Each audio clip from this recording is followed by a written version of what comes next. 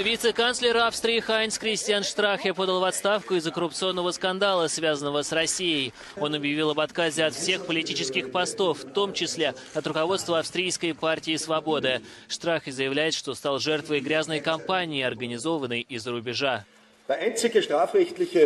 Единственное преступление в этой истории – это тайная прослушка и незаконные записи, которые они скрывали 2 года в ожидании подходящего момента для выстрела. Да, это было преднамеренное политическое убийство. Скандал вокруг Штрахе разразился из-за видеозаписи, на которой человек, похожий на политика, обещает женщине, названной племянницей российского олигарха, обеспечить доступ к госконтрактам в обмен на финансирование избирательной кампании. Проверить данные о возможном коррупционном сговоре обещала Верховная прокуратура Австрии. А скандал, как пишут австрийские СМИ, может послужить основанием для распада правящей коалиции и досрочных выборов.